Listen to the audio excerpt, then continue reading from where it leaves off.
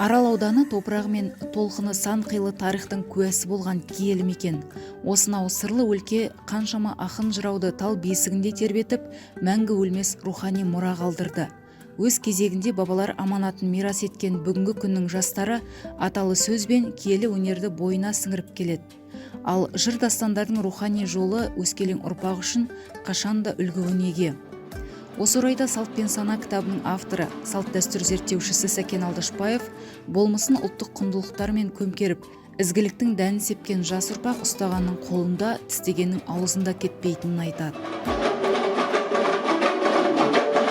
Қазақтың рухани дүниесінің барлығы ауыз әдебиеті арқылы ұрпақтан ұрпаққа мирасталып келе жатқанын жақсы білеміз. Соның ішінде мына сыр өңірі сондай рухани дүниелерді жыр дастандар арқылы өзінің ұрпағына мирасталып келе жатыр. Сыр елі, жыр елі деп ат айтып тұрғандай, сырдың елі, жырдың, дастанның отаны. Бұл жерде не түрлі сүлейлер, шайырлар, тілмарлар шыққаны бесенеден белгілі.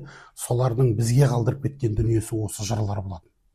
Осы батырлық жырлары, ғашықтық жырлары, адами тұрғыда шақырылатын қисса дастандар және діни жырлар болып әр салаға бөлінеді.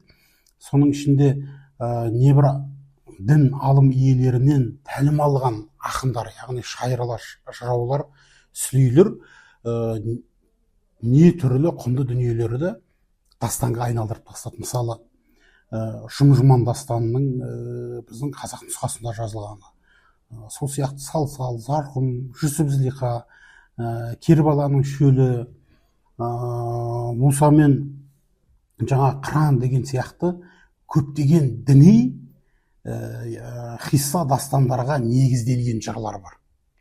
Осы жырлардың қоғамға, жастарға рөлі қандай дейтін болсақ, бұл жыр дастандар адамшылықты, мейірбандылықты, Аллаға деген құлшылықты, адалдықты барлығын қандай да бір оқиғалармен, суреттеулерменен жастардың жүрегіне сіңіріп, жастардың жүрегін мейірімменен балаған еді.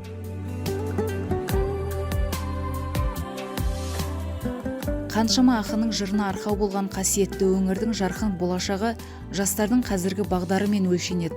Ал жүректерге рух берген айбынды Арал аймағында бүгін еңбекке табанды, болмысы өнерге құштар жеткіншектер қатары көп. Осы ретте аталған топырақта кіндік қаны тамған әрбір сәбидің алдағы арманы туған жерді түлетсем дейтін әдемі мақсатпен жалғасатыны анық. Ол айдынды өлкенің жазылмаған заңдылығы.